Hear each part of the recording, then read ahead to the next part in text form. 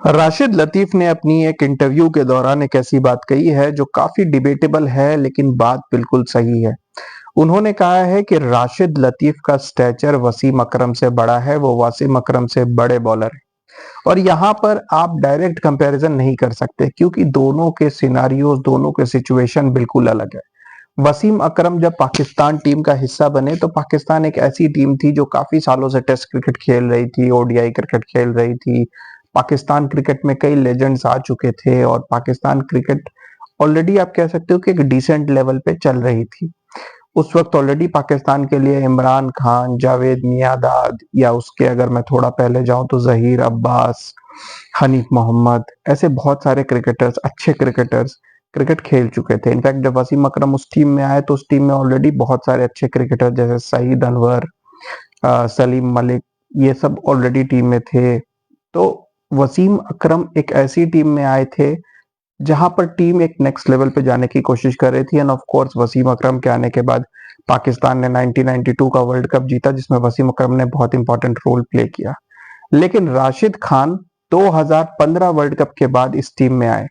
2015 world cup में हम सबको पता है कि अफगानिस्तान की सिचुएशन क्या थी। वो बस किसी तरीके से, जैसे बहुत सारे मेंबर नेशंस होते हैं, वो बस पार्टिसिपेट कर रहे थे। जैसे अभी हम देखते हैं यूएई की टीम है या हांगकांग की टीम है, कभी कभी हम देखते हैं कि किसी बड़े टूर्नामेंट में उनको खेलने का मौका मिलता है। वो अगर कोई एक मैच में क्लोज आ जाए या compete कर जाए तो हम कहते हैं कि अच्छा है, ये बढ़िया परफॉर्मेंस दे रहे हैं।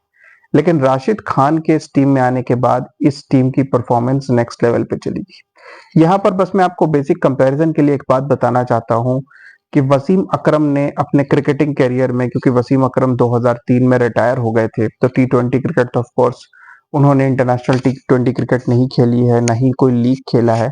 लेकिन वसीम अकरम जब क्रिकेट खेलते थे तो उन्होंने ओडीआईज में 500 प्लस विकेट्स लिए, जो कि वो पहले बॉलर थे 500 विकेट्स लेने वाले। और साथ ही साथ टेस्ट क्रिकेट में उन्होंने 400 से ऊपर विकेट लिए, तो उनके 900 प्लस इंटरनेशनल विकेट्स हैं। अब राशिद खान की मैं बात करूं तो राशिद खान ने ज्यादातर क्रिकेट और ज्यादातर सक्सेस जो उनको मिला है वो लीग क्रिकेट में मिला है। लीग क्रिकेट में वो 5 ट्रॉफीज जीत चुके हैं, जिसमें कि आईपीएल सबसे बड़ा लीग, उसमें उन्होंने 2022 में गुजरात टाइटंस के साथ ये ट्रॉफी जीती थी। उसके बाद वो एमआई की जो फ्रेंचाइज है उसके थ्रू उन्होंने मेजर क्रिकेट लीग और साथ साथ एसए टी20 में एमआई केप टाउन और एमआई न्यूयॉर्क, इन दोनों के साथ 2023 और इसी साल 2025 में एसए टी20 जीता। तो 2 बड़े लीग्स में उन्होंने जीता। उन्होंने बिग बैश में एडिलेड स्ट्राइकर्स के लिए बहुत जबरदस्त परफॉर्मेंसेस दी हैं, वहां पर उन्होंने हैट्रिक भी ली है। और 2018 में एडिलेड स्ट्राइकर्स ने जब बिग बैश लीग जीता था तो उसमें भी राशिद खान का बहुत बड़ा रोल था। और उन्होंने लाहौर कलंदर्स की तरफ से पाकिस्तान सुपर लीग भी जीता है। तो 5 अलग अलग लीग्स में जाकर उनको सक्सेस मिला है और हर लीग में Rashid Khan highly in demand होते हैं। Rashid Khan is one of the first players to be retained. तो आप समझ सकते हो कि टी20 लीग्स में राशिद खान का स्टेचर इस वक्त, या मैं कहूं कि पिछले 4-5 सालों से टॉप 3 क्रिकेटर्स एवर में रहा है। इनफैक्ट मैं अगर ऐसा कहूं कि Rashid Khan is more utility player than any power hitter in the world right now, तो ये गलत नहीं होगा, क्योंकि राशिद खान ना सिर्फ एक जबरदस्त बॉलर हैं बल्कि एक जबरदस्त लोअर ऑर्डर बैट्समैन भी है। अब राशिद खान की अगर मैं इंटरनेशनल नंबर्स की बात करूं, क्योंकि ऑफ कोर्स अगर आप वसीम अकरम के स्टेचर्स के प्लेयर के साथ किसी प्लेयर को कंपेयर करते हो तो यहाँ पर लीग्स की बात हम नहीं कर सकते, हमें इंटरनेशनल विकेट्स की बात करनी पड़ेगी।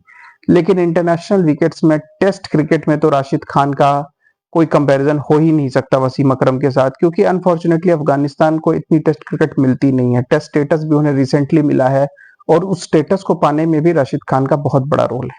तो जैसे वसीम अकरम एक एस्टेब्लिश्ड टीम में आए थे, राशिद खान एक ऐसी टीम में आए थे जिसकी का कोई स्टेटस नहीं था, वो बस एक इमर्जिंग नेशन थी। लेकिन राशिद खान के आने के बाद बड़ी टीम्स तो दूर की बात है, एटलीस्ट जो लोअर मेंबर नेशंस थी उनको रेगुलरली अफगानिस्तान ने हराना शुरू किया। और उस वक्त जो अफगानिस्तान के टक्कर की टीम्स थी, जैसे आयरलैंड हो गई या जिम्बाब्वे हो गई, जिनको टेस्ट स्टेटस के करीब थे या जो कंटिन्यूअसली आईसीसी टूर्नामेंट्स खेल रहे थे, उन टीम्स को एटलीस्ट अफगानिस्तान ने हराना शुरू किया और फिर धीरे धीरे रिकॉग्निशन मिली कि Afghanistan at least are consistently beating the weaker teams, और फिर धीरे धीरे वो बड़ी टीम्स के करीब आना शुरू हो गए।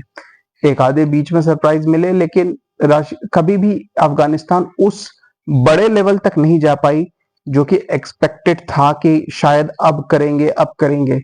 और ऐसे करते करते काफी, आप कह सकते हो कि 5 साल निकल गए, लेकिन धीरे धीरे अफगानिस्तान ने एक स्ट्रॉन्ग टीम फॉर्म कर ली, जहां राशिद खान के अराउंड उनको आइडलाइज करने वाले कुछ और स्पिनर्स आ गए। अब ये एक बहुत इंपॉर्टेंट रोल है, क्योंकि आपको ये समझना पड़ेगा कि अगर कोई राशिद खान जैसा मेंटोर होता है, राशिद खान जैसा कोई प्लेयर होता है, तो उनको देख के बहुत सारे क्रिकेटर्स स्पिन बॉलिंग लेते हैं। जैसे अफगानिस्तान में अब आपको बहुत सारे स्पिनर्स दिखते हैं, वो सब राशिद खान का इन्फ्लुएंस है।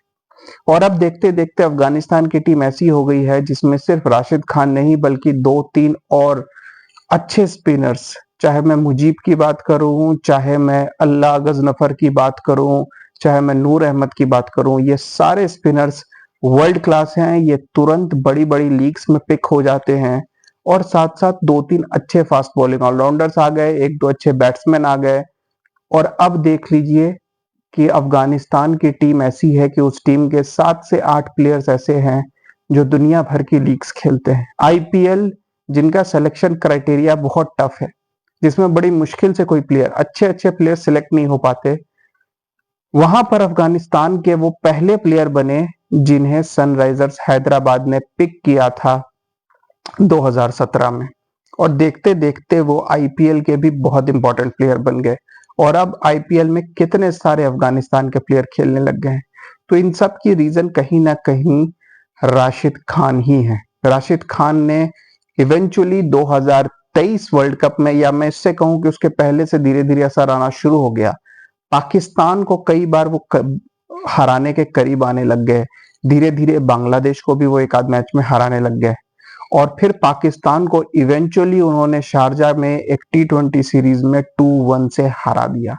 ये वो पॉइंट था जब अफगानिस्तान, जो 2-3 बार पाकिस्तान को हराने के काफी करीब आकर रुक गई थी, लेकिन इवेंचुअली इस सीरीज विन के बाद अफगानिस्तान को जबरदस्त कॉन्फिडेंस आया, और 2023 के वर्ल्ड कप में उन्होंने पाकिस्तान को वर्ल्ड कप में हरा दिया ना। और वो विक्ट्री भी कोई ऐसी विक्ट्री नहीं थी। जनरली मेंबर नेशंस जीत भी जाते हैं तो वो काफी क्लोज मैच होते हैं, या वो कोई टोटल चेस करते समय 6 डाउन 7 डाउन आखिरी ओवर में जीतते हैं।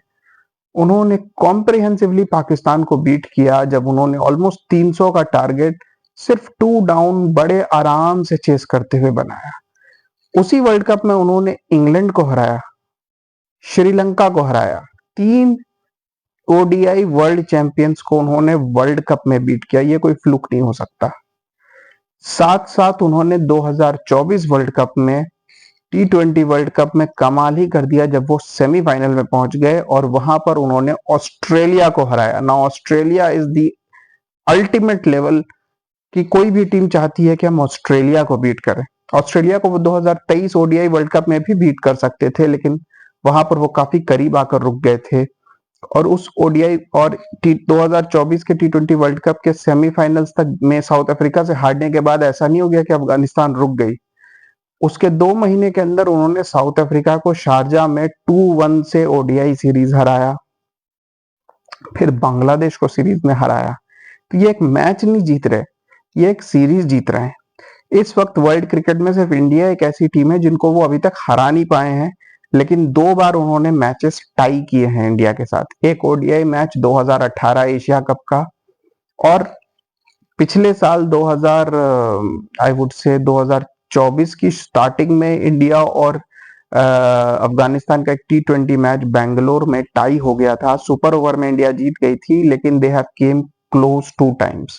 तो कोई बड़ी बात नहीं है कि गोइंग फॉरवर्ड शायद किसी दिन अफगानिस्तान इंडिया को भी सरप्राइज कर दे, क्योंकि Australia, south Africa, England, New Zealand वो सबको हरा चुके हैं। पाकिस्तान को तो उन्होंने सीरीज भी हराया है, वर्ल्ड कप में भी हराया है, और अब वो खुल के कहते हैं कि पाकिस्तान को हराना हमारे लिए, मतलब हम पाकिस्तान अफगानिस्तान की राइवलरी को इंडिया पाकिस्तान राइवलरी से भी बड़ी मानते हैं। अब ये तो एक अलग डिबेट हो गया, लेकिन यहाँ पर मैं आपको राशिद खान के कुछ इंटरनेशनल फिगर्स बता दूं। जैसा मैंने कहा कि वासिम अकरम के 900 प्लस इंटरनेशनल विकेट्स थे, तो वहीं पर राशिद खान फिलहाल 400 विकेट्स तक पहुंच गए हैं, जिसमें से 198 उनके ओडीआई विकेट्स हैं 111 मैचेस में। आपको बता दूं कि उन्होंने अपने 100 विकेट सिर्फ 44 मैचेस में पूरे किए थे, और ऐसा करने वाले वो क्विकेस्ट बॉलर थे। T20 में भी उनका कोई जवाब नहीं। 96 इंटरनेशनल्स में उन्होंने 161 विकेट लिया है। 53 मैचेस में उन्होंने अपने 100 विकेट लिए थे, और यहां भी फास्टेस्ट टू 100 विकेट्स का रिकॉर्ड उनका ही है। राशिद खान इस वक्त उस स्टेट पे हैं कि वो पहले बॉलर बन सकते हैं जिन्होंने वो जो ओडीआई और T20 दोनों में 300 विकेट्स पूरे कर सकता है। टेस्ट क्रिकेट, जैसे मैंने कहा कि अफगानिस्तान काफी कम खेलती है, मगर टेस्ट क्रिकेट में भी ऑलरेडी वो 6 टेस्ट मैचेस में 5 बार 5 विकेट हॉल ले चुके हैं। 6 टेस्ट मैचेस में उनके 45 विकेट्स हैं। तो आप इमेजिन कर सकते हैं कि अगर राशिद खान 70-80 टेस्ट मैच खेलते तो शायद वो टेस्ट क्रिकेट में भी 300-400 विकेट लेते। इंटरनेशनल क्रिकेट में शायद 1000 विकेट लेने वाले वो दूसरे बॉलर बनते। लेकिन वो सिर्फ व्हाइट बॉल क्रिकेट ही खेल पाते हैं, क्योंकि अफगानिस्तान को फिलहाल इतने ज्यादा टेस्ट मैचेस नहीं मिलते। मगर फिर भी मुझे पूरी उम्मीद है कि वसीम अकरम का इंटरनेशनल जो विकेट्स का नंबर है वो तो काफी बड़ा है, लेकिन वहां तक पहुंचने के लिए बहुत ज्यादा टेस्ट क्रिकेट की जरूरत है। लेकिन फिर भी मुझे लगता है व्हाइट बॉल खेलते हुए भी अफगानिस्तान के राशिद खान बहुत सारे रिकॉर्ड्स बनाएंगे। T20 में शायद वो इतने विकेट्स लेकर रिटायर होंगे इंटरनेशनल्स में as well as overall T20s में, क्योंकि वो ओवरऑल ड्वेन ब्रावो का रिकॉर्ड तोड़ चुके हैं। Highest ever T20 wicket taker already बन चुके हैं सिर्फ 26 साल की उम्र में। कि कोई बड़ी बात नहीं है कि जब वो रिटायर हों तो उनके इतने विकेट्स हों कि उनका रिकॉर्ड तोड़ना बहुत बहुत बहुत ज्यादा मुश्किल हो जाए। तो राशिद खान फिलहाल बहुत ज्यादा आप कह सकते हो ऑन टारगेट नजर आ रहे हैं, और राशिद लतीफ की ये बात मुझे बिल्कुल ठीक नजर आ रही है। अगर मैं बैटिंग की भी बात करूं तो राशिद खान काफी यूजफुल बैट्समैन है। आपको बता दूं राशिद खान के 1300 प्लस ओडीआई रन्स हैं with an strike rate of over 100। 5 half centuries हैं, और एवरेज भी 20 के आसपास का है, जो नंबर 8-9 पे बैटिंग कर रहे बैट्समैन के हिसाब से काफी अच्छा है। T20 में भी उन्होंने 28 छक्के मारे हैं, और लोअर ऑर्डर में वो बहुत इंपॉर्टेंट कैमियोज खेलते हैं। तो लेट्स सी कि राशिद खान इंटरनेशनल विकेट्स में कितने करीब पहुंच पाते हैं वसीम अकरम के, क्योंकि लीग क्रिकेट में वो कितनी भी विकेट्स ले लें वो एक अलग रिकॉर्ड है। लेकिन अगर उनको इंटरनेशनल बॉलर्स इंटरनेशनल विकेट्स से कंपेयर करना है तो वहां पर वो एक अलग रेस है, और इंटरनेशनल विकेट्स ही आपको एंड में बताएंगे कि आप वर्ल्ड लेवल पे कहाँ स्टैंड करते हो।